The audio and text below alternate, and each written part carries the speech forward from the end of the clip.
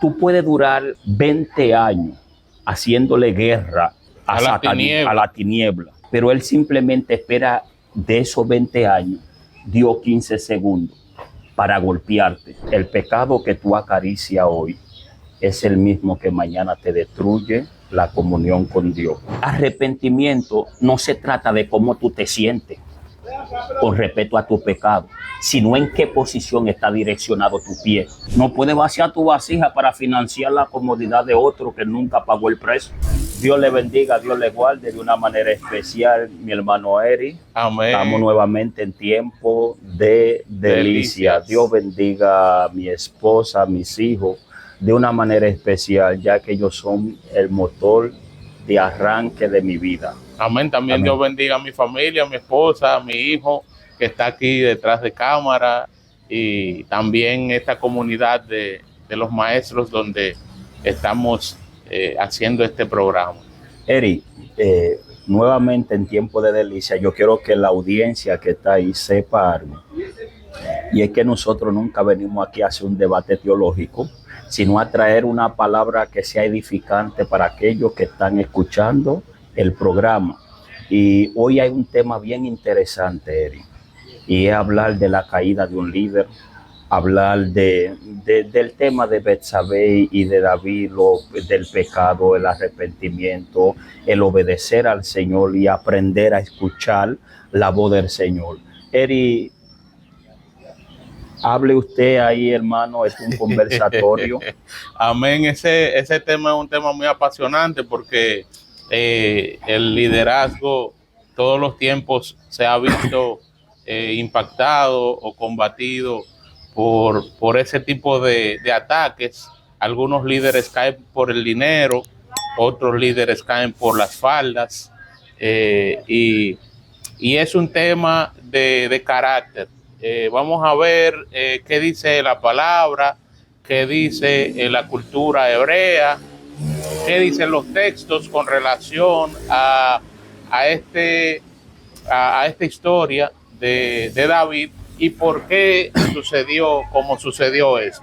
Mira, Eri, antes de hablar de esa historia, porque es una historia muy compleja y a la vez un tema que hay que tratarlo con mucha seriedad, analizarlo con mucha seriedad, ya que yo he escuchado muchas personas hablar de ese pasaje, de esa historia de Betsabé y David, y la gente cuando suelen hablar de esa historia, veo que hablan con mucho quizás, con tal vez, me imagino.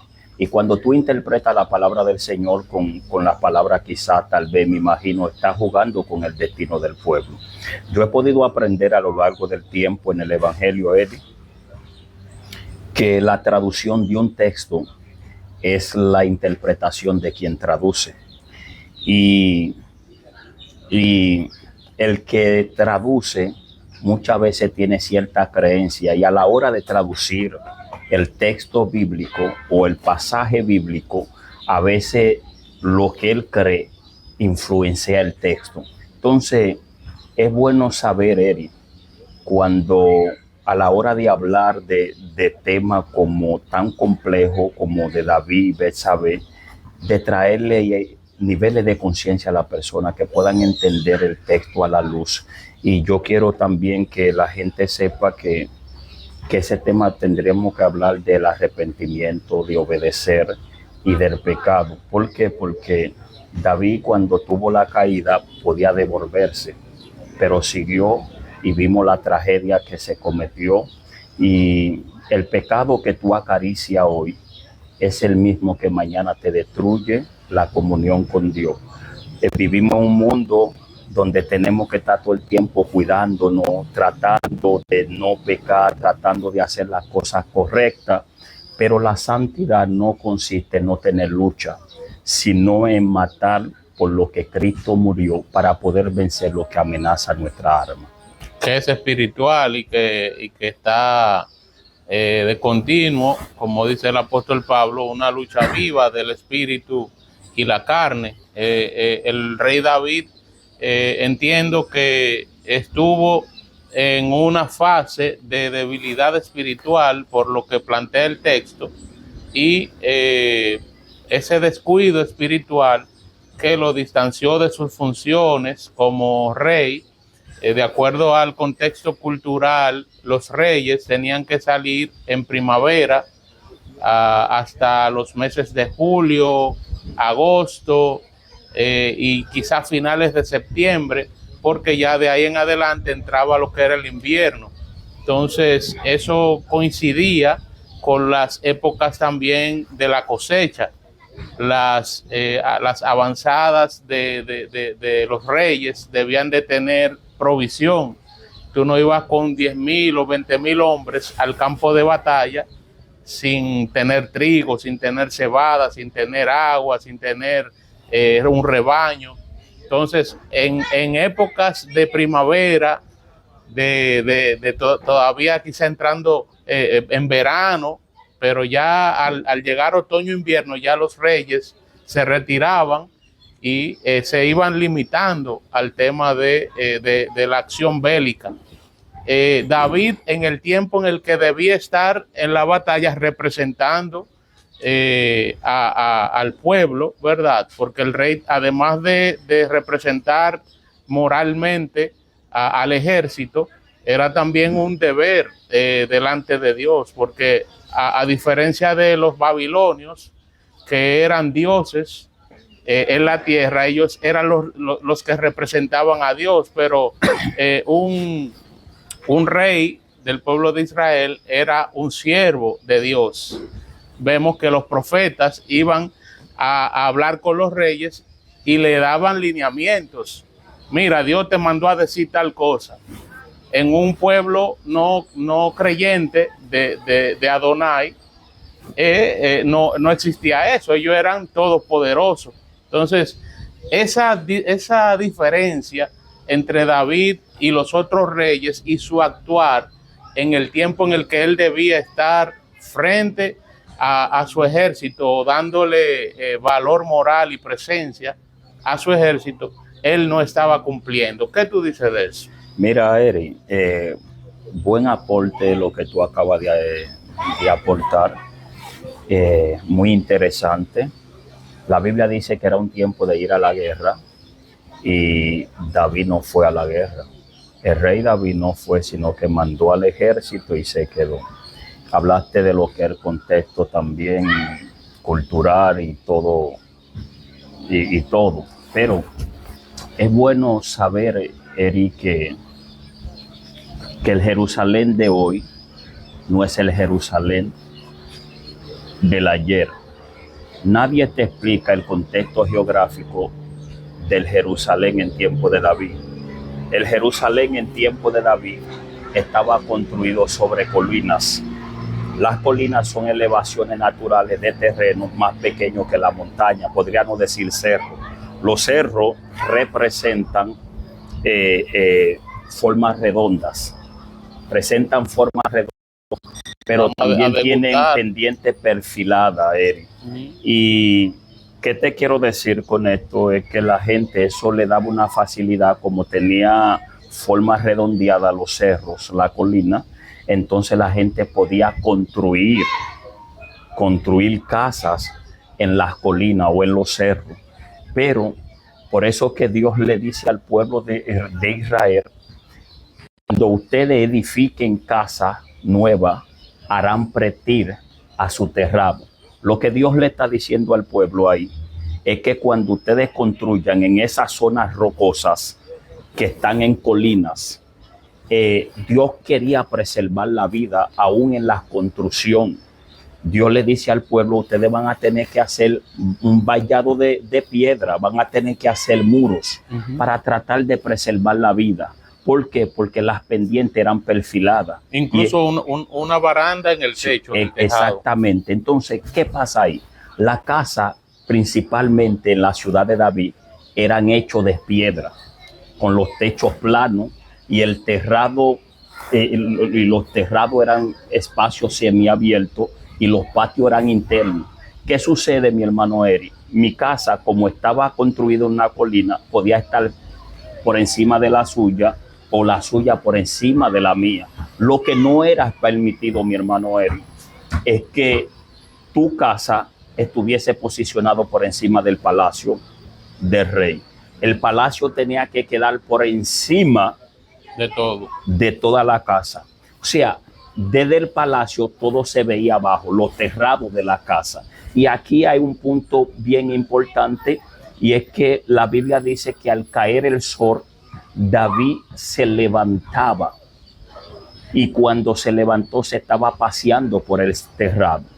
Y tú puedes durar, como dije en una prédica, 20 años haciéndole guerra a Satanás, a la tiniebla.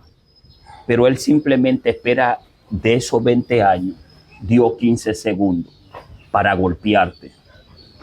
No sé si me dejo entender. David nunca había perdido una victoria. David andaba de victoria en victoria. Hacía misericordia con quien quería hacer misericordia. En esos tiempos es que David hace misericordia con Mefibosé. Entonces, David nunca había perdido una victoria. Y entonces el hombre que amaba la madrugada, porque David era un hombre que amaba la madrugada. De hecho, le decía al Señor, de madrugada te buscaré, porque mi alma te anhela. O sea, el salmista era un hombre que buscaba a Dios, apasionado en la madrugada, apasionado a esa cuarta vigilia. Pero llegó un momento que se levantaba, dice la Biblia, al caer el sol.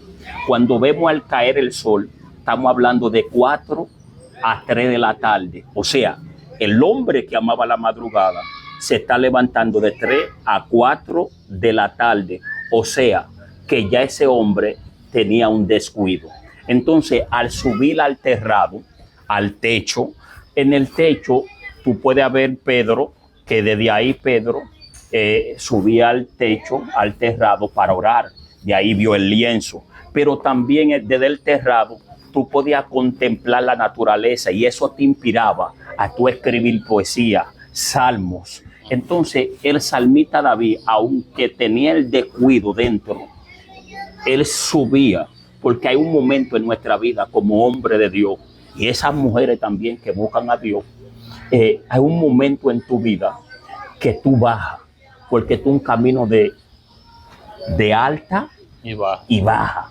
Y llega un momento que, aunque tú no estés en el mismo nivel, pero siempre tienes como esa necesidad, porque es el llamado que tú cargas. Y el salmista, cuando sube al terrado, el salmista nunca sube él al terrado con la finalidad de ver una mujer bañándose. No lo especifica el texto, que él tenía ese tipo de inclinación. Pero hay una gran probabilidad, porque en un terrado tú podías descansar, podías orar, y también era un espacio para tú poder hacer cualquier tarea. Entonces, cuando el salmista David sube al terrado, hay una gran probabilidad, Eric, de que él podía escribir un salmo. Sus hombres están peleando. Podía ser que, aunque él no esté orando, en los 2 o 3 segundos que él siente orar, pero entonces Satanás va a esperar ese momento cuando tú estás descuidado. Y en ese momento, paseándose, le tenía su caída preparada. Y vio una mujer hermosa que se estaba bañando. Eri, es un buen punto ahí. ¿Por qué? Porque cuando vemos a Betsabé, desde donde David observa a Betsabé, es desde el palacio. Desde el palacio todo se veía abajo. Recuérdate que los terrados son espacio abierto, y desde el palacio tú podías ver todos los terrados que quedaban abajo de la casa. Entonces, recuérdate que en las leyes de purificación, en las leyes de purificación, los baños no podían ser internos. Tenían que ser en espacio semiabierto o abierto. Y esa es una de las razones por la cual David, desde el palacio, cuando mira, puede observar los terrados que están, los patios, y vio una mujer que se estaba bañando. Ahora, Betsabé nunca se estaba bañando ahí intencionalmente. Estaba cumpliendo con la ley de purificación. O sea, estaba cumpliendo con una palabra del Señor. ¿Por qué? Porque ya se estaba purificando. Estaba cumpliendo con una palabra del Eterno. Pero lo que quiero decirle a un hombre de Dios, a una mujer de Dios, que tú puedes estar cumpliendo con una palabra de parte del Eterno, pero siempre habrá alguien mirándote desde arriba hacia abajo. Y ahí es que tenemos que tener cuidado. ¿Por qué? Porque Él siempre va a esperar, tan siquiera en 20 años, un segundo de tu vida para poder desbaratarte. Betsabé entonces podía haber rechazado la oferta del rey. O sea, ella, su vida no corría peligro, ella estaba obligada o ella cedió voluntariamente. Todo lo que hizo David lo hizo por poder, por imposición. Betsabé no podía tomar una decisión. Cuando el rey te mandaba a buscar en aquel entonces, si tú lees el texto, dice, y la tomó. O sea, ahí hay una imposición. Ella no podía hacer nada. Todo lo que se hizo ahí se hizo un abuso de poder. Fue un abuso de poder. Ella no tenía decisión propia. Entonces, es bueno, Eric, conocer estos puntos. ¿Por qué? Porque hay temas que son muy complejos. Cuando David comete el adulterio, David cae con Betsabé, falla. David en ese momento nunca se devolvió él, sino que siguió. Y una mirada alimentó un pensamiento, se concibió el adulterio, y por no detenerte y darte la media vuelta, trajo una tragedia con el caso de Urías. Ahora, ¿qué quiero explicar y cuál es la enseñanza, Eric? Y es que es bueno saber, Eric, nosotros como hombres de Dios no estamos exceptos a no fallar. Fallamos. Pero cuando nosotros fallamos, Eric, a veces, ¿cuál es el trabajo de Satanás? Que el Señor lo reprenda. Trata de alejarnos del Padre. Cuando tú intentas ir a la iglesia, te dice, ¿y tú vas a ir a la iglesia? Tú tienes que tomarte un tiempo. Y cuando tú intentas adorar, te dice, tú no puedes adorar porque tú no estás apto. Y te dice, tú estás sucio. Te saca los archivos. Tú estás sucia. Y yo quiero que alguien entienda que arrepentimiento es la palabra que para los hebreos es teshuvah. Pero el arrepentimiento, el concepto de arrepentimiento, muchas veces destruye nuestra teología emocional en nuestra mentalidad occidental, Eric. Háblanos de eso, de la diferencia del concepto de arrepentimiento que tenemos nosotros como occidentales y el concepto teshuvah. Mira, nosotros en la mentalidad occidental de nosotros, usted sabe que los griegos ven arrepentimiento como un cambio de mentalidad, una transformación, metanoia. Pero el cielo no lo ve como nosotros lo vemos. El cielo ve un cambio geográfico. Y un cambio geográfico tiene que ver con darse la vuelta o darse la media vuelta, devolverse o volver. ¿Volver a qué? A tu origen. Volver a casa. Volver al plan original. Lo que quiero decirte es que el arrepentimiento para la mentalidad hebraica es teshuvah, que tiene que ver con un cambio geográfico.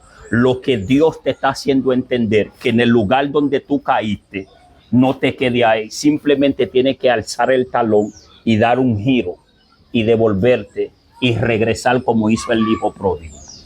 Regresar a casa. Ahora, es bueno conocer la cultura porque la cultura no varía, Eric. Por ejemplo, yo quiero decirte esto, Eric. En la mentalidad hebraica, cuando un hebreo de la antigüedad va caminando hacia el norte y se da cuenta que se equivocó en el camino, simplemente se sienta ahí a llorar, a entristecerse y a sentirse miserable. Las personas que manejan palabras, el Dabar del Eterno, dicen que se sienten tristes y miserables porque no hicieron teshuvah. Porque ¿qué es teshuvah? El arrepentimiento. Entonces, a veces, mi hermano Eric, tú te quedas ahí en ese mismo lugar Y arrepentimiento no se trata de cómo tú te sientes con respecto a tu pecado, sino en qué posición está direccionado tu pie. Ojo con esto, no estoy diciendo que tú no sientas remordimiento ni tengas un sentimiento de culpa por lo que tú hiciste. Si fallaste, tienes que reconocerlo. Claro. Ahora, el mundo espiritual, el mundo de la tiniebla es muy fino. Y él va a tomar tu sentido de justicia y lo va a transformar en un látigo y te lo va a pasar en la mano para que tú mismo te castigues a ti mismo.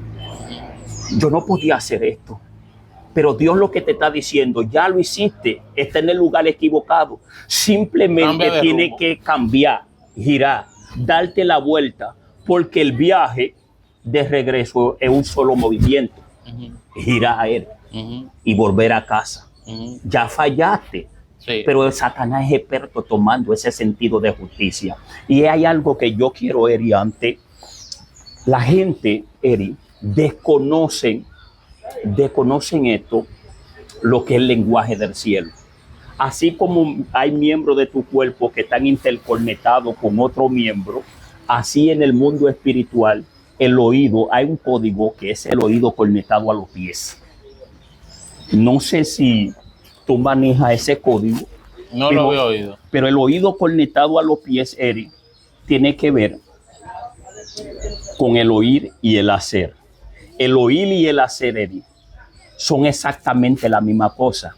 Y el oír y el obedecer son exactamente la misma cosa. Son dos caras en una misma moneda. Eso tiene que ver con el llamado que hablábamos el otro día. Exactamente, Eric, porque para David no obedeció.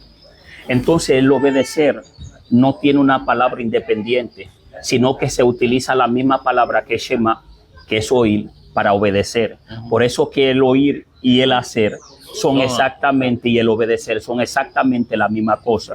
¿Qué quiero explicar con esto? Usted tiene su hijo que está ahí atrás, detrás de cámara. Tú le dices, pásame un trago de agua. Él te dice, papá, yo escuché ya, pero nunca se movió a buscarte el agua. Posiblemente, Eri, tú no entiendas que él desobedeció, sino que no escuchó. Entonces, la prueba de tu acción, de tu adicción, es tu acción. Entonces, en el código bíblico, si tú no lo hiciste, fue porque no lo escuchaste. Entonces, tú sabes cómo te visualiza un hebreo, que eres sordo.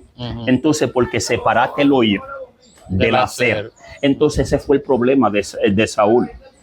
Dios le habló y le dijo lo que tenía que hacer con Amalek. Él escuchó, pero no hizo lo que él escuchó. Por eso que Pablo dice que tenemos que ser oidores. Y hacedores. No simplemente oidores, sino hacedores. Es más, me voy a ir más lejos. Jesús dijo, el que oye esta palabra y la hace, lo compararé a un hombre prudente que edificó sobre la roca. Pero el que oye esta palabra y la hace. El problema de nosotros está que construimos sobre arena muchas veces. Porque solo oímos. Porque solo oímos. Y separamos el oír del hacer. Usted no vio que cuando Samuel llegó, Saúl salió corriendo y lo abrazó con una sonrisa, esa sonrisa religiosa. Porque muchas veces tú estás ayunando, estás siliciando y estás haciendo cuanta cosa para dárselo a Dios, pero Dios no te lo pidió. Porque separaste el oír. Separaste el oír del hacer. Sí. Y cuando tú separas el oír del hacer, entonces en el mundo espiritual tú eres sordo. Oyendo, no oye. Sí. Entonces, viendo, no ve. Espíritu Santo. Mira, a David le pasó algo importante y es que él pidió algo. Yo te voy a mencionar el término, que es el Lev Tahor, que él pidió un corazón nuevo o un corazón limpio, ¿verdad? Esa oración de arrepentimiento de David es también evidencia de eso que tú dices. No solamente es perdóname por lo que hice, sino devuélveme devuélveme esta pieza que está dañada. Wow, tremendo, Eri, poderoso. Eri, en David, después que tuvo la caída, Urías tal vez no estuviese muerto si David se devuelve en ese mismo instante donde se equivocó en el lugar. Él siguió. El problema es que dentro de la iglesia hay gente que están ocultando el pecado.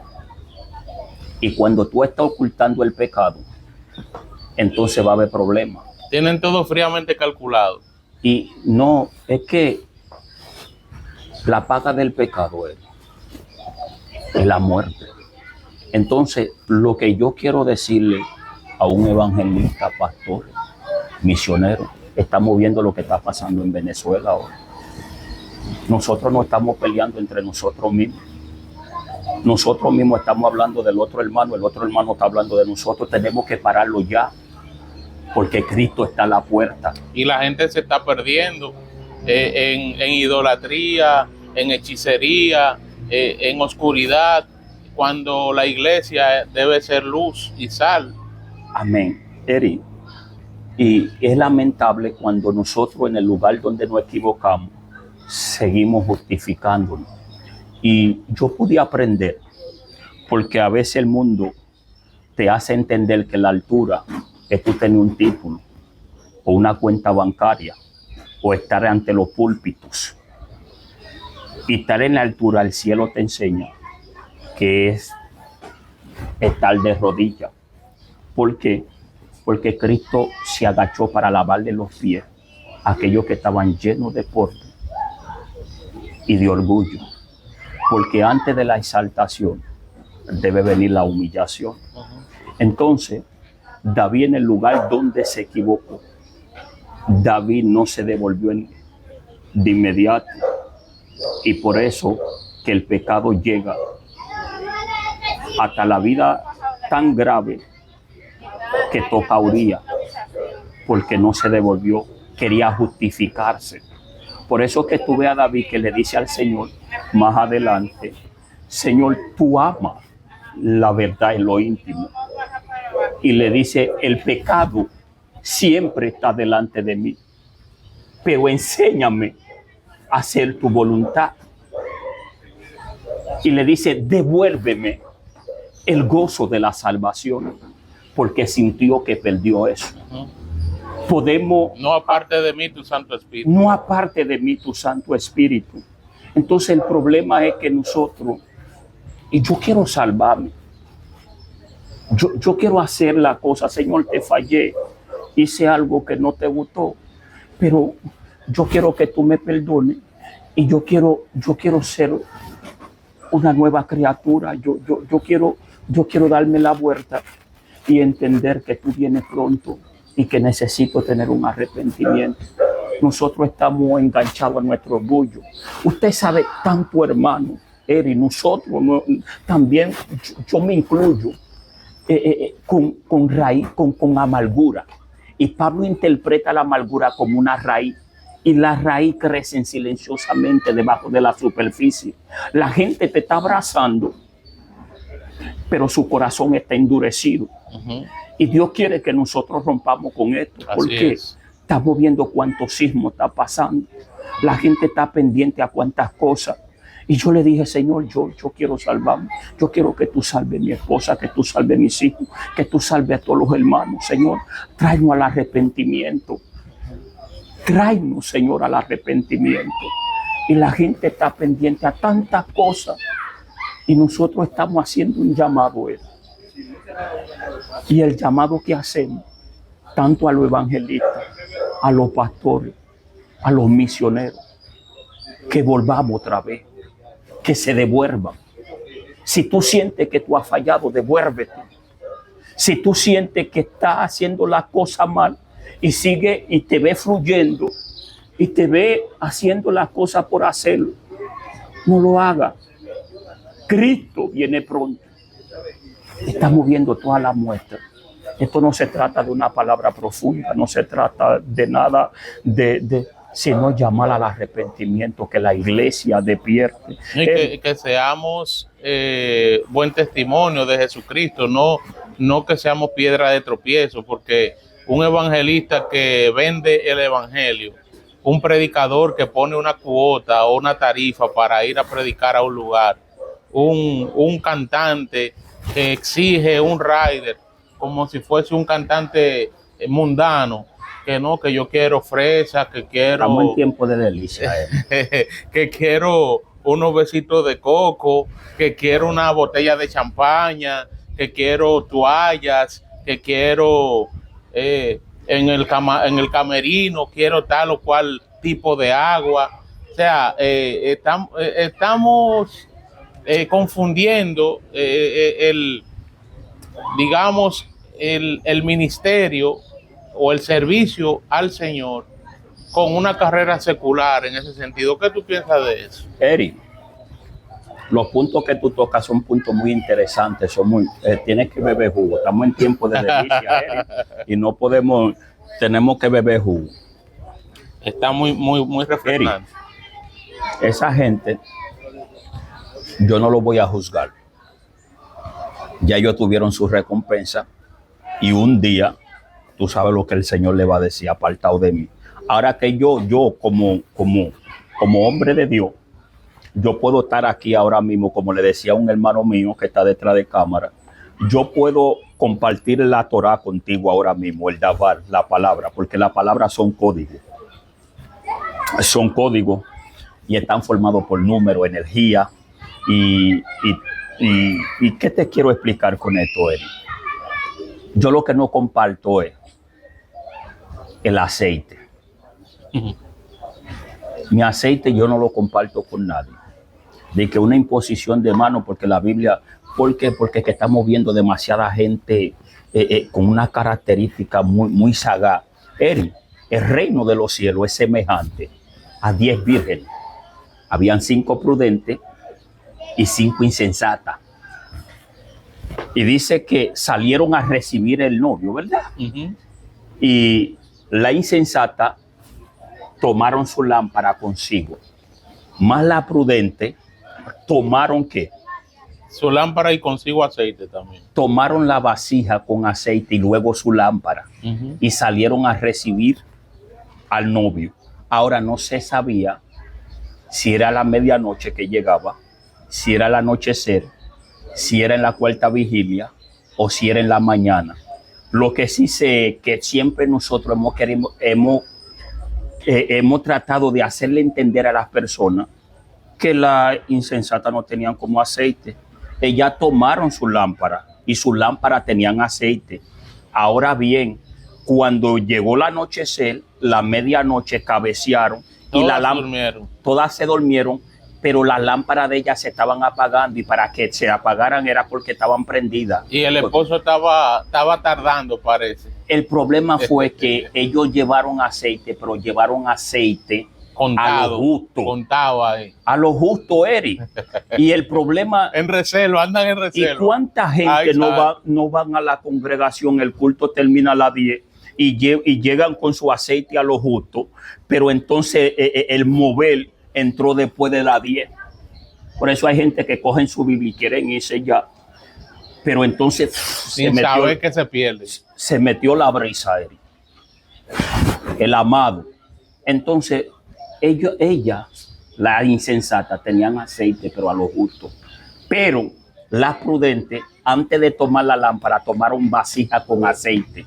Eri, y lo único, yo puedo compartir aquí contigo, estamos compartiendo en tiempo de delicia, Eri. Estamos compartiendo y estamos compartiendo una parashá, la palabra de Dios. Pero lo único que no se comparte el aceite. Es el aceite. Ellas le dijeron, danos un chin de aceite. Está buena esa. Y ellos, y las otras, no me gusta, como que lo del reino, ellas tenían aceite, Eri, pero no le dieron.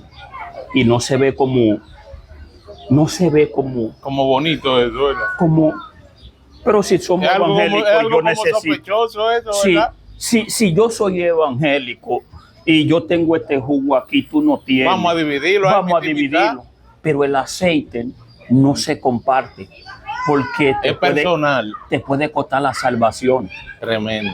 Porque el aceite representa también tu unción, pero eso tú no lo conseguiste de la noche a la mañana. Representa noche de silencio. Intimidad. Representa tu historia en el desierto con Dios. Representa también el dedo señalador, el dedo acusador, quienes te señalan. Prueba superada. Prueba. Y eso, tú no puedes vaciar tu vasija, Eso individual. no puedes vaciar tu vasija para financiar la comodidad de otro que nunca pagó el precio. Eso está tremendo. Nunca, Eri.